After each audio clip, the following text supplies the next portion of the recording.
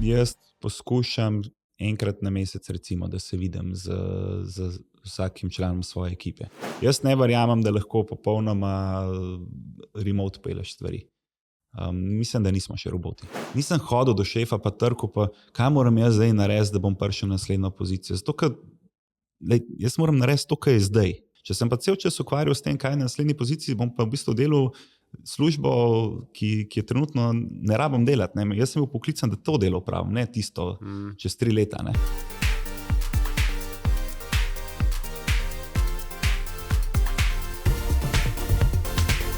Dobrodošli v podcastu Beyond Leadership, kjer gostimo izjemne posameznike in odkrijemo nove dimenzije vodenja in njihove talente, recepte za uspeh. Z menoj je danes en zelo poseben gost, moj zelo dober prijatelj. Jaz sem se tega podcasta zelo veselil, tako da lepo pozdravljam, Blaž. Hvala, Mark, za povabilo. Zdravo. Zdaj, preden greva v vsa vprašanja, in danes imam kar nekaj novih vprašanj, tako da poslušajte pozorno, bi te jaz našim poslušalcem predstavil. In sicer Blaž Strle, moj dober prijatelj, mentor, inovator in pa predsednik uprave skupine Biterna. Blaž, ti imaš res izjemno kariero. Deva se malo dotaknem, da bojo naši poslušalci razumeli. In sicer ti si se pridružil Adacti približno 2014, če se ne motim. Takrat si postal vodja oddelka CRM, potem pride nemško-avstrijsko podjetje Biterna, kupi en del Adacte in ti postaneš direktor Biterna Adriatica. Potem vztrajaš, se boriš, gradiš ekipe, ste zelo uspešni, ste imeli izjemne rasti, kar 10% year over year in tako naprej. In potem postaneš 3 leta in pol kasneje CEO skupine Biterna, spet gradite, haslate se, širite, rastete in leto in 6 mesecev kasneje postaneš predsednik uprave podjetja, ki ima danes dela 150 milijonov, več kot 1000 zaposlenih, več kot 15 podjetij v skupini, prisotni v 10 državah in to, moram reči, je res nov rezultat. In moje prvo vprašanje, zmeraj rečem, kakšen si bil srednji šoli, pa danes to vprašanje ne bo, bova začela z drugim vprašanjem. In sicer me zanima, ko si prišel leta 2014 v Adacto, v CRM oddelek, si postal vodja, a si pomislil kdaj, da boš rekel, jaz bom pa čez 10 let postal predsednik uprave podjetja, ki ima več kot 1000 zaposlenih? Ne, nikoli. Mislim, če sem čisto iskren, do zdaj na nobeni poziciji, na kateri sem bil, nisem niti razmišljal naslednji, niti nisem videl naslednje.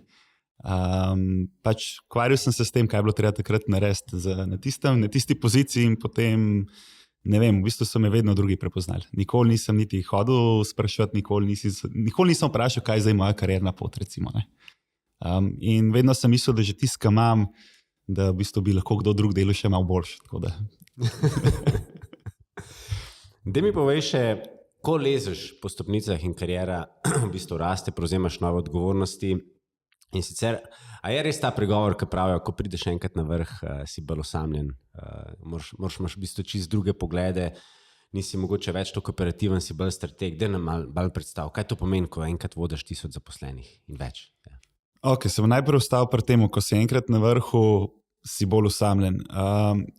Mislim, da to velja predvsem za funkcije, ko prideš na vodstvo. Ni to važno, koliko je velika firma, ampak ko si enkrat CEO ali pa direktor, pomeni, da si zadnji v liniji. In to je zelo poseben občutek, zato ker čisto vse napake so tvoje napake. Torej, karkoli gre narobe, je tvoja napaka. Če ne moreš izplačati plač, je tvoja napaka. Ti si tisti, ki boš hodil pred zaposlene, pred stranke, ti si tisti, ki boš šel pred lastnike. In to je tak poseben občutek, v bistvu je nepotreben pritisk, ampak se ustvari. In to v bistvu sem občutil, in ko sem takrat postal direktor v Adacti, in potem zdaj še enkrat, ko sem šel iz CEO na CEO. Čeprav realno se bistveno ni spremenil. Tako da definitivno se pozna razlika. Zdaj pa greva malo nazaj v srednjo šolo. In sicer, si že takrat bil, bova rekla, dober menedžer v smislu, da si komandiral, so te ljudje poslušali, si znal ljudi skupaj zbobnati, si rekel, dajmo to narediti? Ne? Vsaj ne spomnim se, da bi to bilo nikoli. Jaz mislim, da nisem bil človek, ki bi recimo, ko vstopiš v sobo, da se ljudje obrnejo proti tebi in potem čakajo in gledajo, da boš ti tisti, ki boš v bistvu jim pomagal, da grejo do naslednjega koraka. Ne. Ker to načeloma vodja je, ne. Tudi če nimaš vizitke, ko nekdo stopi v sobo, vidiš, na koga se ljudje začnejo obračati, da jim bo pomagal, ne, da bo rešil problem. Tako da ne, to jaz niti ne vem, kdaj se je zgodilo. Nekje, pač na karierni poti. The best. Da mi povej, in sicer zmeraj, ko imam izjemne posameznike, in to še moram povedati, dragi poslušalci, mi da z Blažem sem imela pogovor in je bil on 38. gost na oddaji Beyond Leadership. To je bilo verjetno 2-3 leta nazaj. Takrat si ti kandidiral za mladega menedžerja v Sloveniji. Verjetno je bilo 1-3 leta nazaj, ne? In sicer zelo lepo ga je spremljati kot prijatelj, pa tudi spremljati njegovo kariero, kako je izrasla. In me zanima, ko si prevzemal dodatne odgovornosti, ko si rastel, kako se je tvoj dan spremenil v smislu rutine? Se ti v nedeljo, za vikend že pripravljaš za teden, a se vsak dan posebej? Ti si tudi zelo veliko odsoten, zelo veliko potuješ, prisotni ste na 10 trgih, 10 državah, 15 podjetij. Ja, kar se tiče dneva, bi rekel, da se težko, da se je kaj spremenil. Ne. Še vedno zelo stremim k učinkovitosti, ne samo svoje učinkovitosti, predvsem se ukvarjam s tem, kako bojo drugi lahko učinkoviti oziroma kako jaz ne bom dodajal dodatnih kompleksnosti. Tako da zelo pomembno mi je, da ko pridemo na sestanke, da tam na sestanku so samo tisti ljudje, ki so potrebni, ostalih ni, ker samo v bistvu kradeš čas in tudi nič ne dodajo, in da smo pripravljeni, da potem imamo tudi zaključke. Ne. To je neko tako vodilo. Seveda imam teden zorganiziran za sestanki, sem pa naredil eno veliko spremembo, predvsem zdaj v zadnjem letu, bi rekel. Moj koledar je bil včasih popolnoma poln. Nisi našel v bistvu, nisi mi niti sestanka mogel, zato ker je bilo že vse polno. Zdaj sem to malo obrnil in sem bistveno zmanjšal sestanke in sem pač ljudem na voljo, zato da jim lahko takoj odgovorim, takoj pomagam. To mislim, da tudi dodaja neko hitrost v podjetje. Je pa res, da imam pač dobro ekipo, ki vsak posameznik prevzema svojo odgovornost, tako da meni zdaj ni treba več toliko v bistvu nadzorovati ali pa se toliko vključevati. Ne. Tako da nek drugačen način, kar se tiče organizacije dela, drugačen način vodenja s tem. The best.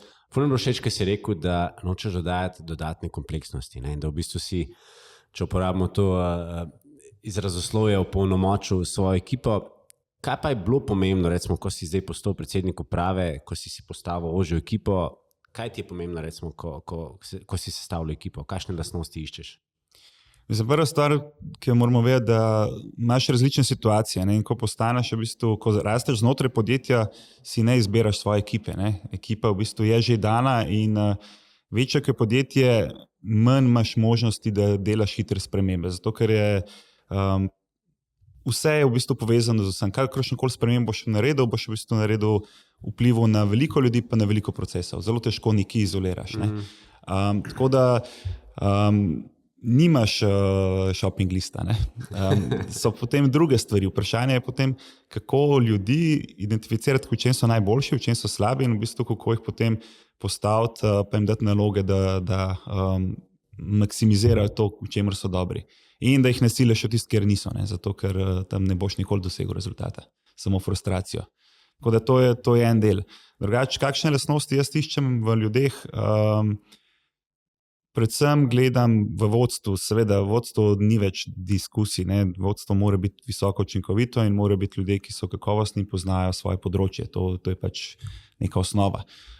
Druga stvar pa definitivno kultura. Tako da iščem ljudi, ki so kulturno podobni meni in ki so tudi v bistvu, zdaj če pogledam z vrednotami podjetja, ki so skladni za vrednotami podjetja in tako delujejo. Ker ta del se mi zdi, da je zelo pomemben, sploh v našem podjetju. Smo professional services, na osnovi Microsoftovih rešitev, zelo malo možnosti diferenciacije. Ne? Mi imamo produkt definiran strani proizvajalca. Lahko se diferenciramo na tem, koliko dobre ljudi imamo, poznavanju kakšne specializiranih, recimo, industrijskih znanj, pa na kulturi. Ne? Tukaj lahko naredimo, recimo, tukaj se brand lahko diferencira, kako delujemo proti našim strankam, partnerjem. To, v bistvu si naredil dober uvod v moje naslednje vprašanje, sicer kultura. Vsi se zavedamo, da je danes kultura v podjetju zelo pomembna, nekako, da imamo vsi isto usmeritev, isto energijo. In sicer, da mi razloži, kako zgraditi kulturo in hkrati držati kulturo, ko si v multinacionalki, kjer imaš 15 podjetij, 10 različnih držav. Na eni strani imaš Balkan, se pravi Srbija, Hrvaška, Slovenija in tako naprej, pol imaš DAH regijo, spet malo drugačna miselnost, Švicari, spet malo posebni, pa Nordics. Kako balansiraš in kako postavljaš? Ja, to je enostaven. Zapreš se v sobo, napišeš 3 core value, pol narediš pa par plakatov, pa obesiš po firmi. Pa še 1, 2, 3 podcaste, pa je to. Ne, hecam se. Ja, kultura se menja zelo počasi. Nekje sem celo prebral, da je od 5 do 10 let. Če pogledaš obdobje 5 do 10 let, pa recimo koliko ljudi zamenja podjetje, načeloma se do takrat že več ali manj vsi zamenjajo. Jaz nisem videl nobenega hitrega premika v kulturi do zdaj, vedno gre to zelo, zelo počasi. Kar se mene tiče, je bistveno, da karkoli vzpostavljaš od zgoraj dol, ne obratno. Zato, ker ta rek, da riba smrdi pri glavi, ne, se mislim, da se v podjetju še se najbolj pozna. Zakaj? Zato, ker recimo zelo, zelo učinkoviti zaposleni ne bojo delati z neučinkovitim šefom, bojo šli. Kar pomeni, da karkoli boš recimo spodaj naredil, če ne boš zgoraj rešil, ne boš šlo. In obratno, ne, učinkovit šef ne bo imel neučinkovitih zaposlenih. In pri kulturi je isto. Ne? Ti v bistvu, ko imaš na vrhu postaviš ljudi, ki imajo isto kulturo, se bo ta kultura naravno razširila čez podjetje. Sčasoma seveda, traja to. Ne?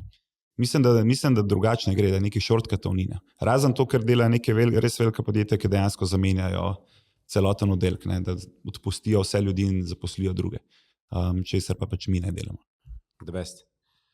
Ful dober point. Daj mi povej, in sicer, če malo sprovociram, prva stvar, ko zveš, je bil to klic, je bil to e-mail, ko si izvedel, postajam predsednik uprave, oh my god, kaj je bila prva misel in prva stvar, ki si jo naredil? Prva stvar, jaz sem načeloma skromen, ampak ne moram zdaj skrivati, da nisem bil vesel pa ponosen, to je pač logična reakcija. Ni bil klic, pa e-mail, dejansko to, naši lastniki za Španci, tako bila je večerja, mi smo to tako naredili, kot je treba. Najprej so rekli, bomo spili eno flašo vina, pa so rekli, bomo zdaj spili še eno, pa so rekli, se moramo pa nekaj pomeniti. Tako je to izgledalo. Ampak ni slutil v smislu, da lahko kaj slabega, zmeraj je bilo nekaj dobrega se bo zgodilo. Ne, načeloma ni tako, da bi zdaj te poklicali, da je kaj slabega. Okay. Pač imamo standardne pogovore, so težji in lažji. Nisem pa pričakoval, da so me poklicali na večerjo, zato da mi povejo, da bom postal direktor. Ne. The best. Povej, kako je pol to izgledalo, ok, druga flaša, počaj že tretja. Ne, pa smo še domov spat, kaj pa. To je to. Ne, pa tako moraš precej časa moraš to zadržati za sebe, ne. Tako da to je to, ne. Pa vmes so pa že druge misli prihajajo, ne, za tem, ne.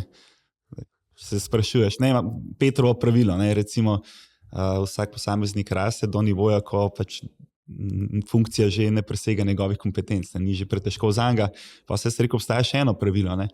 Pač želiš si napredovati, dokler pol ne vidiš več, da nima, pač finančno to nima več smisla, ne. Zdaj že na prejšnji funkciji načeloma se ne rabaš nič več, ne. Tako da potem, ko se odločaš, da vzameš naslednjo funkcijo, narediš to samo, vsaj jaz sem naredil samo še zaradi nekega zadovoljstva. To je to.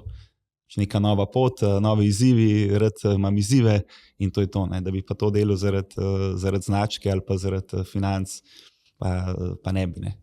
Si lahko ful bolj lagodno živiš naprej v prejšnji funkciji, če želiš. Ne? Veliko odgovornosti. Deva se malo dotakniti in sicer postaneš predsednik uprave. Kaj je potem prva stvar, ki jo narediš v podjetju? Se pravi, to je zdaj spet nov pogled, vsi te gledajo, vseh 1000 in več zaposlenih je opernih vate, vseh 15 podjetij te gleda, zdaj hočem malo pritisk zbildati, 10 držav te gleda. Kaj je v bistvu prva stvar potem, ki jo narediš? Ali pa recimo prvih 30 dni, kako to izgleda? Ja, prva stvar, ki se zgodi v vsaki tranziciji, je negotovost.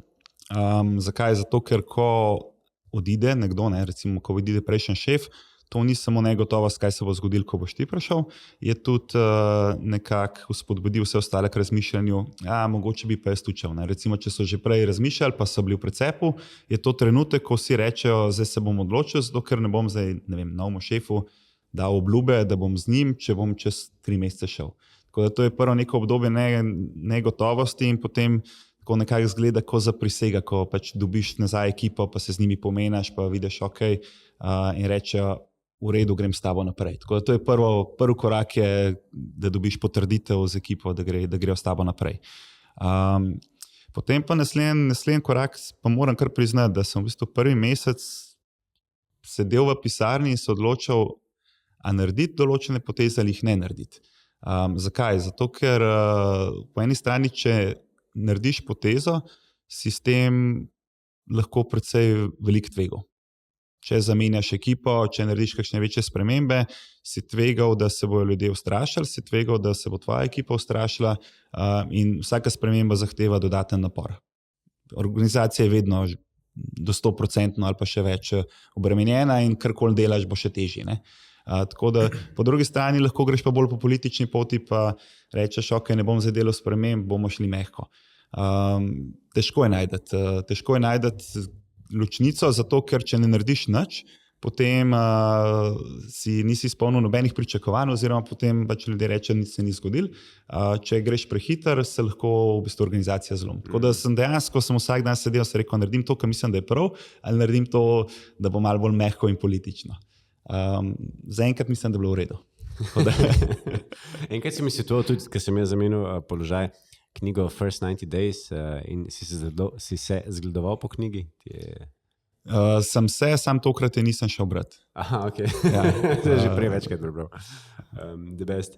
Daj mi povej tudi ena posebnost tvoji karieri, sta tudi 2 akviziciji. In sicer zelo malo ljudi poznam v življenju, ki v bistvu so šli čez 2 akviziciji. In sicer ti si bil del Adakte, pride nemško-avstrijsko podjetje Biterna, kupi Adakto, potem si del Biterne skupine, pride Telefonica Tech, špansko podjetje in v skupaj. Kako izgleda, kaj se zgodi, kako od enkrat zveš, danes, jutri smo pod drugim vodstvom oziroma drugimi lastniki?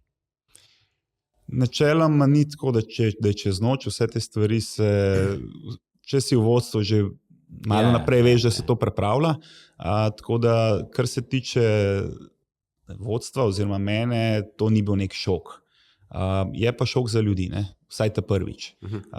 In je zelo dobro, da ljudi na to pripraviš, ne? Da jim v bistvu poveš, zakaj se to dogaja, kaj se bo zgodilo, da že mogoče če preden pač je kupec znan, ne? Da že začneš mogoče jih pripravljati na to, da se bo potencialno podjetje prodalo. Odvisno, no? Tako prvič smo šli na ta način, da je v bistvu že prejšnji lastnik zelo dobro pripravljal celo podjetje. Ta druga akvizicija je bila pa dejansko tako, da je v bistvu prišel e-mail oziroma še malo slabšno iz ko se to reče, leak. Informacija je šla prehiter ven in je v Španiji in so že, mislim že, da je španskih medijev prebrali, da je bila akvizicija. Kar se tiče pa due diligence, izkušnja, ki je zanimiva, ampak ni prijetna. Tako da enkrat v redu, da veš, kaj to pomeni, 2krat ni več. Ne bi se s tem ukvarjal celo življenje. To je pač en kup enih vprašanj v obdobju 3 mesecev. Zadnja akvizicija, si predstavljate, bilo je 70 konzultantov od Deloitta, mislim, da na drugi strani, ki te sprašuje konstantno. Če oni imajo 2-3 mesece časa, in ti moraš vse odgovoriti. In ti moraš to odgovarjati. In to pomeni, da po noči se odgovarja, zbira se podatke, sprašuje stvari, za katerih ti nimaš podatke in pol to probaš ven potegniti sistema združiti. V glavnem to ni neka zelo prijetna izkušnja. V glavnem podjetje gre zelo, zelo pod stres, pa zelo malo dodane vrednosti, kar se tiče poslovanja. Pa deva iti na prvo akvizicijo in sicer me zanima, kako je izgledala ta v bistvu sinergija oziroma kultura, ko pride enkrat podjetje, ki je močno v DAH regiji in kup podjetje, ki je v bistvu Slovenija, Hrvaška, Srbija. In v bistvu, zmeraj, ko pogledamo te dinamike v kulturah, smo vsi različni.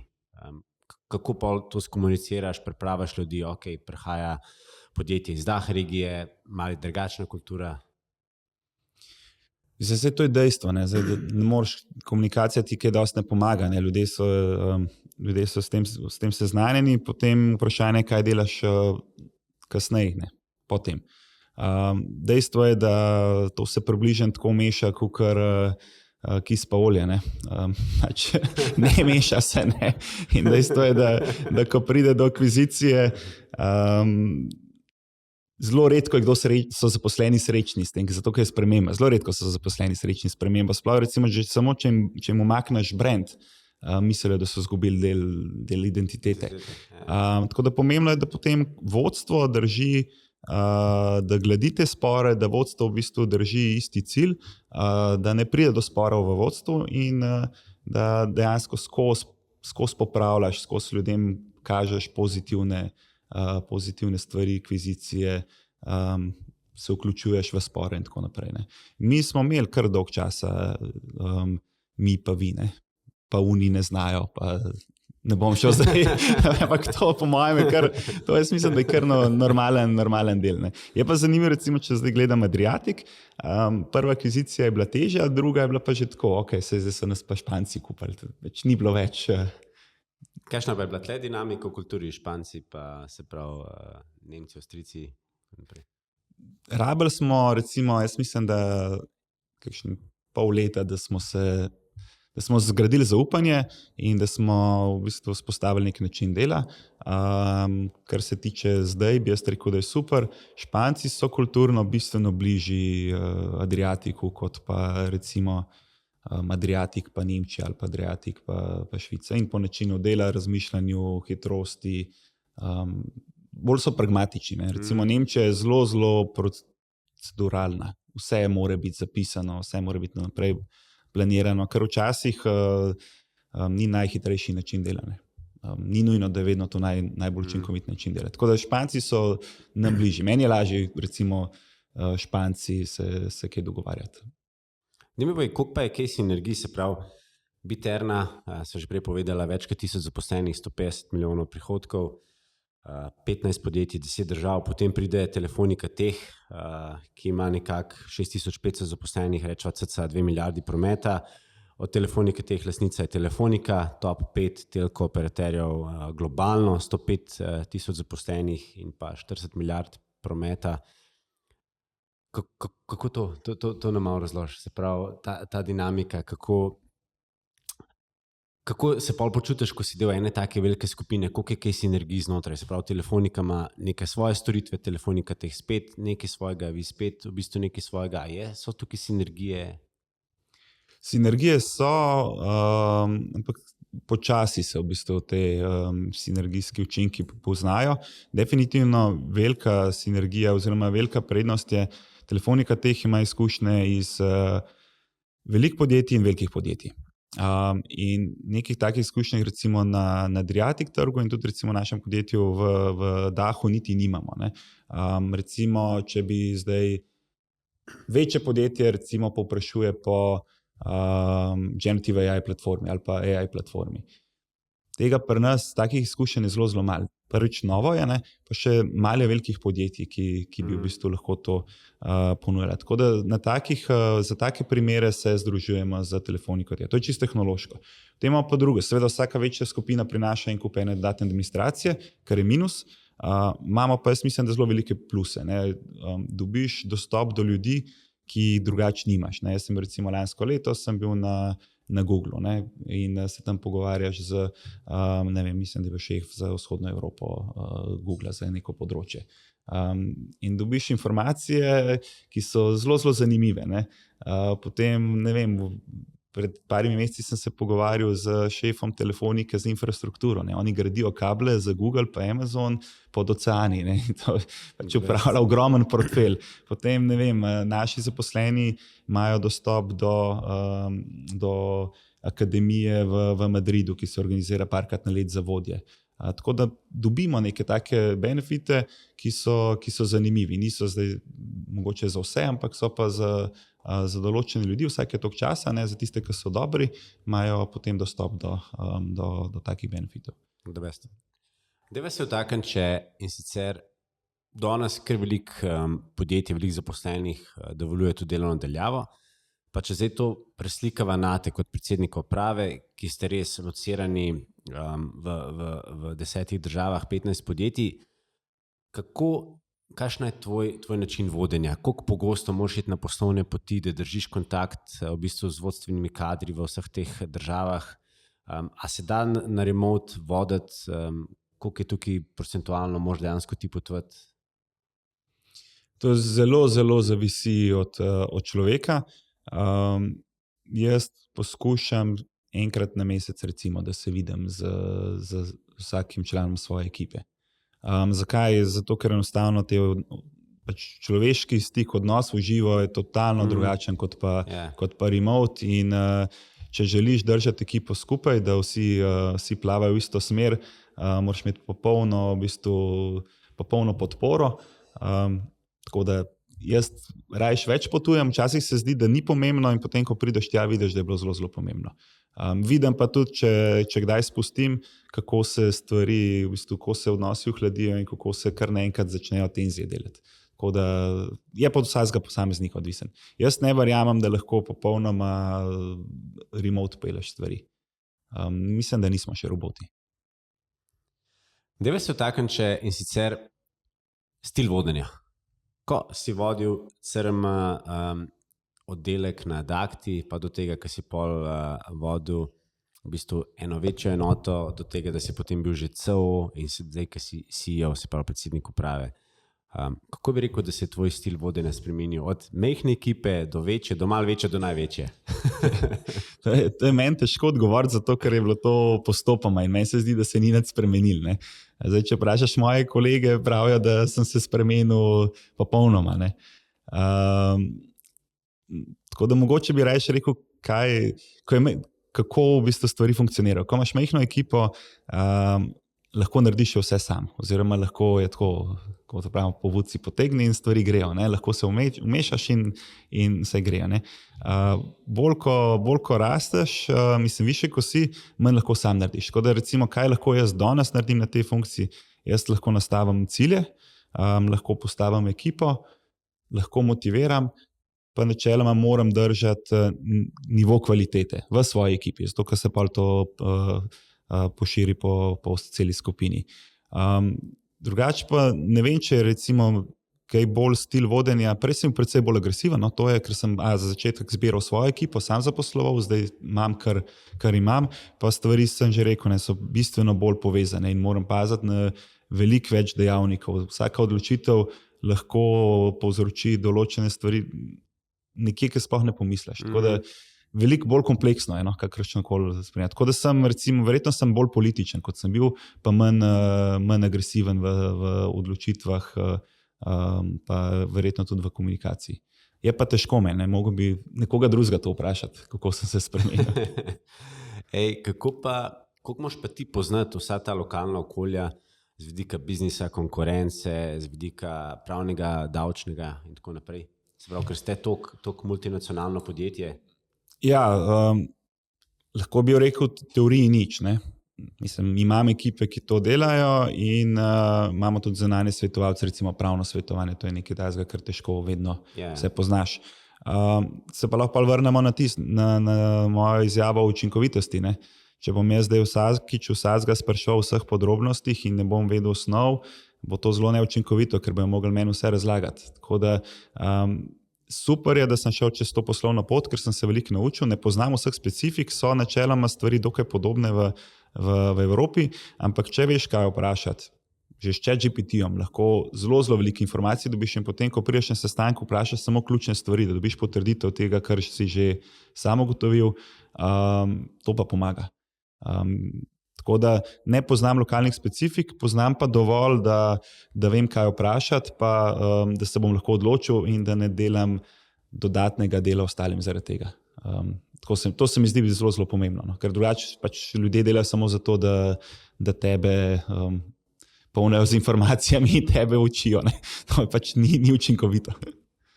Veliko izjemnih posameznikov, ki sem že gostil, in pa posameznici zmer rad vprašam, kaj je bil v tvoji karieri, oziroma je bil kakšen ta aha trenutek? Je bil to nek projekt, je bil to neko razodetje, ki si rekel, to hočem delati, v tem uživam, to bo moja kariera. A si imel ti kaj takega na svoji karieri v sklopu te res zelo, zelo lepe kariere, polne izkušenj, 2 akviziciji, ki si rekel, to je to, ostajam tukaj.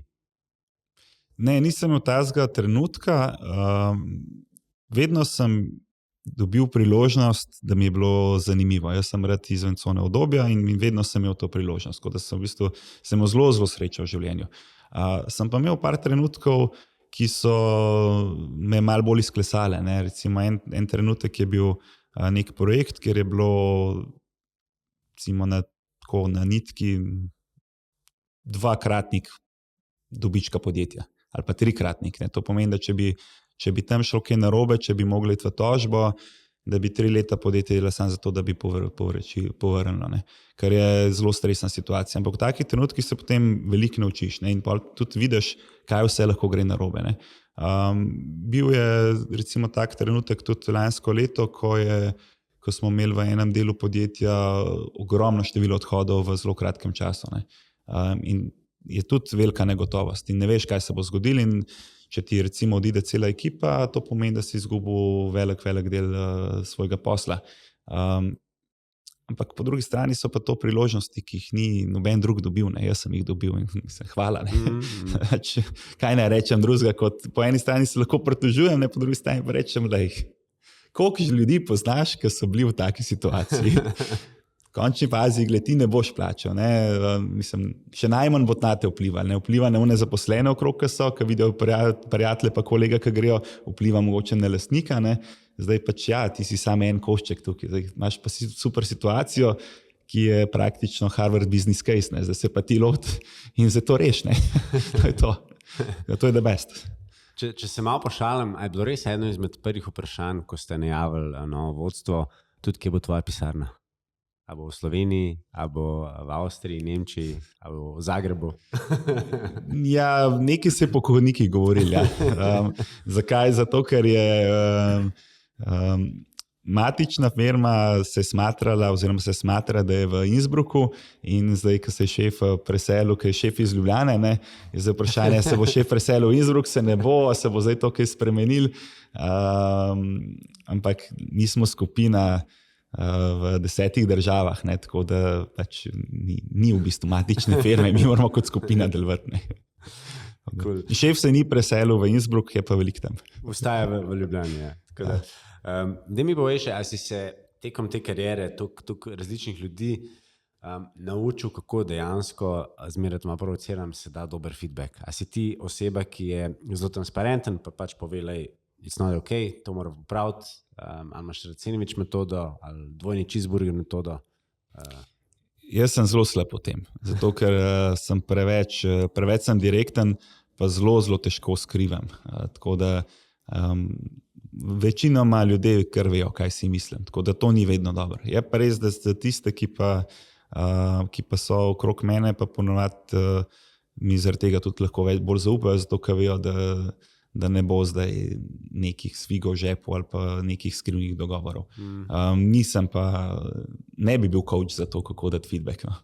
Pač povem tako, kaj je. Zdaj, ker tudi mislim, da je boljše probleme adresirati, tudi če je težko, čim prej, zato ker je to za vse strani najboljše. Ker vsak se potem lahko na osnovi informacij odloči, kako naprej, in ne izgublja dodatnega časa. A je to zdaj prijetno ali ni, večinoma, če negativen feedback ni prijetno. Ne znam narediti, da bo negativen feedback prijeten. Pa tudi mislim, da je narobe. Pač negativen feedback je negativen feedback, pozitiven feedback je pozitiven feedback. Zdaj, zakaj bi ti rekel, ti si ful v redu, ne? Samo vse delaš narobe. Pač, ne vem, kaj je zdaj. Ne? Nisi ful v redu, ampak mislim, da tukaj ni več pozicije za to. Ja, recimo, ne? Ful si v redu, sam pa čez 3 mesece je prosti, pač moramo te odpustiti. Ja. Ne vem, no. Ne, se strinjam. Moram reči, da se mi zdi tudi tako, ko spremljam tebe in pa to najno družbo uspešnih posameznikov, da smo vsi malo uperjeni vate, ki si tudi nekak mentor, vsaj meni, če priznam, si mentor, pa me zanima, ali si tudi ti v svoji karieri imel kakšno osebo ali pa več oseb, ko so ti bili mentori, so te vodili, si se k njim obrnil po kakšen svet, ko si rastel, ko si prišel do kakšnih izzivov ali pa priložnosti? Ja, vsekakor. Jaz bi lahko rekel, da se vsak dan pogovarjam z svojo ekipo in s tem mislim, da skupaj rastemo. Nisem imel ene osebe, da bi rekel, da bi se skozi na enega obračal, so pa situacije in ljudje, s katerimi delaš v teh situacijah, to jaz mislim, da je najboljše mentorstvo. Ne vem, mogoče je bilo zaradi tega narejenih več napak, težko ocenam, ampak definitivno pa se iz tega ogromno naučiš na teh situacij. Kaj bi pa rekel, da zdaj, ko si predsednik uprave, da je potrebno, zdaj, ko poznaš ta položaj, da dejansko postaneš to, ker v bistvu verjetno zamenjaš, to rata tudi neka nova vloga, nova funkcija, tako kot si rekel, stvari se spremenijo, več odgovornosti je. Kakšne lastnosti mora imeti predsednik uprave oziroma kaj si ugotovil v tem obdobju zdaj, ko si prevzel krmilo, da moraš imeti? Sigurno ni enega odgovora in sigurno ni ene stvari. In tudi, če pogledamo različne ljudi, kako vodijo, so popolnoma drugačni. Eni so recimo zelo ekstrovertni, pa so super v prodaji, eni so zelo dobri strateško, vsak je drugačen. In jaz mislim, da ena od dobrih stvari je, da pač nekaj imaš, kjer peleš naprej, da imaš v enem področju, da si dober, vse ostalo moraš imeti pa, to je pa druga stvar, je pa vse ostalo moraš imeti precej dober. Meni, kar se zdi ključno za vodstvo je, da imaš neko integriteto, kar pomeni, da si postaviš cilj, da potem temu cilju stremiš, da ljudem poveš, kot so prej rekla, tudi feedback, da si odkrit in da se držiš pol tega, da ne skačeš vsak trenutek na levo pa desno in mislim, da vrednote so tudi zelo pomembne. Jaz imam eno pravilo v življenju, ki bi bilo super, jaz mislim, da če bi se ga vsi držali in to je, da ne biti oziroma da probi delati dobro. Tako da, če to delaš, jaz mislim, da je ok, pa firma na dolgi rok lahko tudi dobro uspeva. To je seveda v taki kulturi, ki si jo jaz želim. So pa firme, ki imajo popolnoma drugačno kulturo, pa so tudi v redu. Pač niso zame, ampak delajo pa drugače. Zame je pa to zelo pomembno, da imaš hrbtenico in da v bistvu slediš temu, kar si rekel in da slediš temu, kar si rekel, da se ne zmišljuješ, pa za mi je pa malo težko, pa bom malo drugače naredil. Malo zmotili.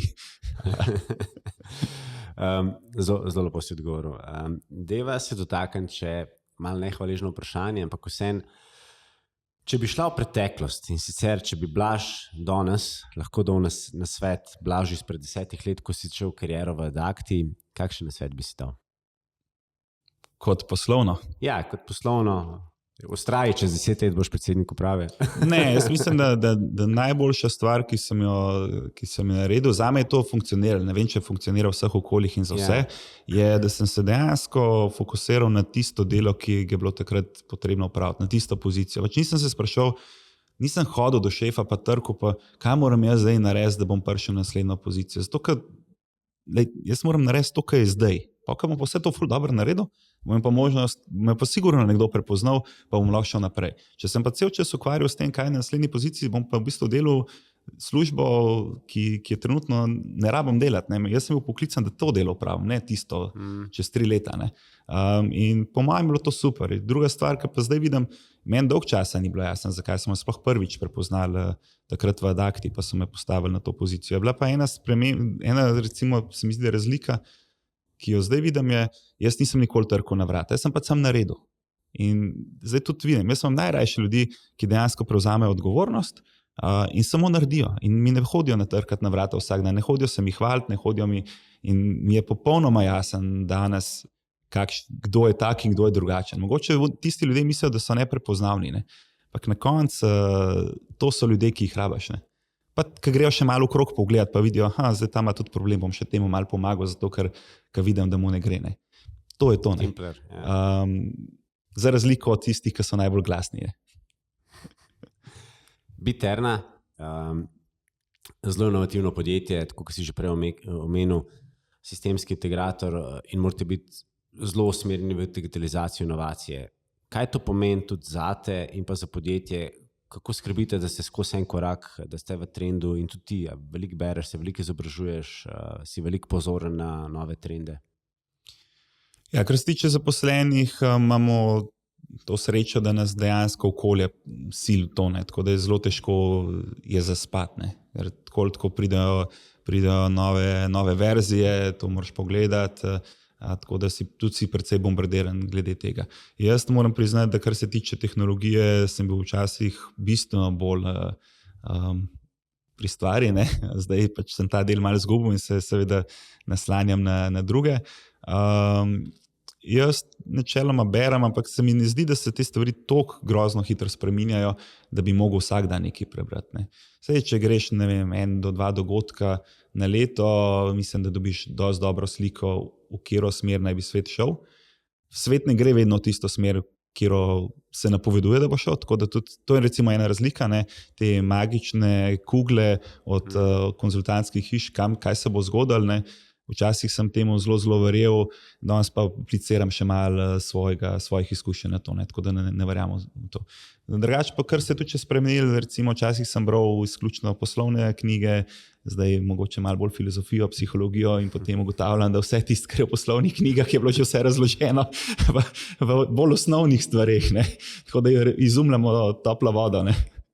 Dej mi poveš, ti si naredil MBA na zelo elitni poslovni šoli, AI Business School.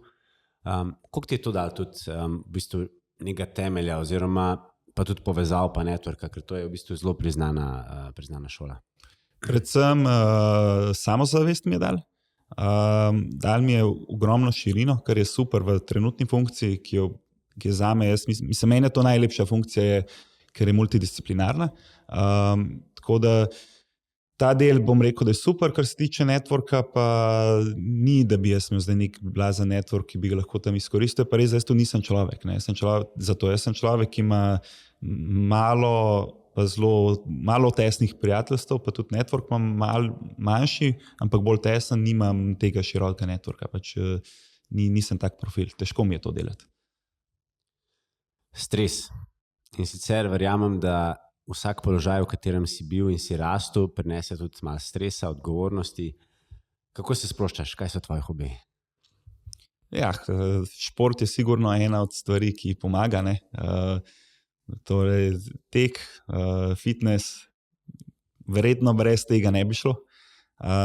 Drugo je pa, to večina ljudi ima radih, ne, pač potovanja, ali pa jadranje je nekaj, kar obožujem. Jaz sem lahko na premcu od jadrnice, lahko me pustiš tam po mojem par mesecev, bom pozabljen, ne rabim kaj dosti več. Potrdim, res je, se ne premakne.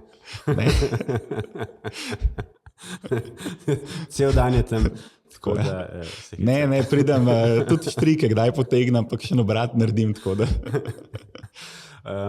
Dajva se dotakniti še, kdo je Blaž, malo tvojih fun faktov, da te imaš osebno spoznamo. In sicer en quote, ki je meni zelo simpatičen in ga večkrat ponoviš, je: "The problem is not the problem is your attitude about the problem." Tak v bistvu full deep citat, ki ga pol analiziraš. Zakaj ta? Zato, ker me je to precej vodilo skozi življenje, ne. Vsako stvar lahko pogledaš na problem, pa jamraš, pa pritožuješ se, kaj vse ne gre, ne. Ali pa rečeš, glej, to je pač situacija, kakršna je, kako bom jaz zdaj dobil, kako bom jaz iz tega zdaj najboljše ven prišel, oziroma podjetje, kaj lahko naredim, da bo boljše, ne. Zato, in se mi zdi, da če bi tako sprejemal življenje, vsak bi bilo bistveno lažje, ne. Enkrat mi je v firmi nekdo prišel in se je zelo pritoževal, kaj vse ne dela, pa kdo vse ne dela. Jaz sem rekel, glej, če imaš pač Jugota, ne, in moraš priti do Beograda, se boš pač peljal z Jugotom do Beograda in ne boš še brcnil zraven v vrata, pa še kaj odlomil, ker pač bo samo še bolj pihal, ne. Pač probi maksimizirati, pa boš pa, ne vem, kupil golfa, ne. Ne pomaga, lej, pač imaš, kar imaš, situacija je, kakršna je, tvoja naloga je, da to maksimiziraš. In jaz mislim, da ta pregovor gre v tej smeri, ne. The best. Ne, super pregovor, se strinjam. Ko se sprostiš, recimo prežgeš televizijo, je kakšna serija, ki jo imaš rad? Nisem tako, da bi bil obseden s televizijo, tako da to vprašanje precej težko, no. Pač neka taka, ki imam vedno v mislih, je Meš.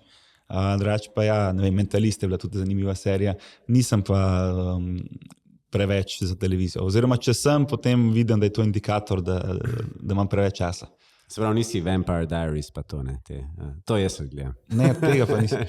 Srednješolske, ne se hecam. Najljubša hrana.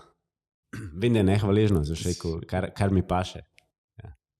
Suši mi je super, ne za vsak dan, ampak nekaj, kar vedno rad jem, pa standard, take paštice. Sam je dober, ne? Stejki. Ne, steak pa zanimivo, mi je v redu, ampak mi ni, da bi se mi vedno sline cedile. Ti ni pred, zakaj pa se menimo za sorbaro, popijemo kam drugam, ne, na večerjo. Če odpreva tvoj mobitel, katere aplikacije ali pa aplikacija je najbolj uporabljena? Zdaj bi rekel rad Outlook. Verjetno od aplikacije Instagram trenutno kar popularen, ja. Pa kaj pa kakšen LinkedIn ali pa kaj še vsi, velikih reče Google Calendar. Zdaj sem bil iskren. Ja, seveda je Outlook je veliko v uporabi, tudi browser je veliko v uporabi. Kaj ćemo zdaj? Kaj pa od teh AI orodij, uporabljaš kaj ChatGPT ali pa Anthropico, Fetch AI ali pa še kakšnega drugega? Ja, ChatGPT uporabljam veliko in mi prihrani ogromno časa, sploh v povezavi s tem, ko nekaj veš, kaj iščeš, je zelo, zelo dober. In tudi, ko veš, da je nekaj narobe, je super. Tako da recimo primer, prejšnji teden sem se mogel pripraviti na sestanek, kako lahko direktor iz druge države je direktor v podjetju v drugi državi. Ne? Tukaj je par komplikacij. In za nekaj tasga, da bi to naštudiral, bi mogel poslušati, pravno mnenje dobiti, oziroma tax advisor mnenje, lahko pa ChatGPT vprašaš in če veš, kaj spraševati, dobiš več ali manj na koncu lepo vzetek in potem recimo pol ure smo rešili potem to z pravnimi oziroma z tax svetovalci. Zato, ker sem se lahko pripravil. In to mi je vzel, 1 uro časa. Drugače bi mi pa verjetno vzel 3-4 dni, da bi vse zakonodajo pogledal oziroma bi mogel plačati bistveno več. To je samo en primer. Tako da ja, uporabljam ChatGPT zelo, zelo, ampak ga vedno popravim. The best. Zadnje vprašanje, najpomembnejše, največji pritisk, in sicer mi imamo že lepo bazo poslušalcev in zmeraj prosim moje izjemne goste za kakšen zaključni nauk ali pa več naukov. In moraš imeti v mislih, da imamo od študentov do direktorjev, tudi do predsednikov uprav. Vem, da ti me včasih poslušaš, tako da to šteje. Tako da, kakšen zaključni nauk ali pa več nauk? Ja, tak generalen, ni povezan z poslom ali pa tudi je, da zelo, zelo dobro je, da se pač zavedaš, da si žival in kako funkcioniraš in kaj so čustva in da znaš to kontrolirati. Ker če znaš v bistvu kontrolirati sebe, pol boš lahko vedno srečen. Sreča ni odvisna recimo od okolice, kot je odvisna od tega od sebe. Ti lahko to kontroliraš. Je pa zelo, zelo, zelo težko. Tako da to je nekaj, kar bi bilo super, če bi spoznal že 20 let nazaj ali pa še malo več. Da je v bistvu vse od mene odvisno. The best. No, ste slišali, dragi poslušalci, zelo, zelo dober nauk.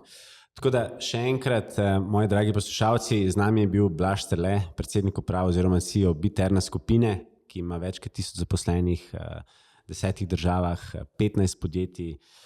Spoznal ste njegovo izjemno kariero, moj dober prijatelj, mentor, tako da Blaž, še enkrat najlepša hvala za najin pogovor. Hvala, Mark. Spremljate nas lahko na vseh 13 kanalih, kot so Spotify, Apple, Google, Castbox in pa tudi YouTube, LinkedIn, Instagram in pa Facebook, kjer imamo že ogromno skupnost, kjer nas je preko 2000. No, pa tudi novo spletno stran beyondleadership.si. Se že veselimo vaših novih poslušanj in pa dogodivščin.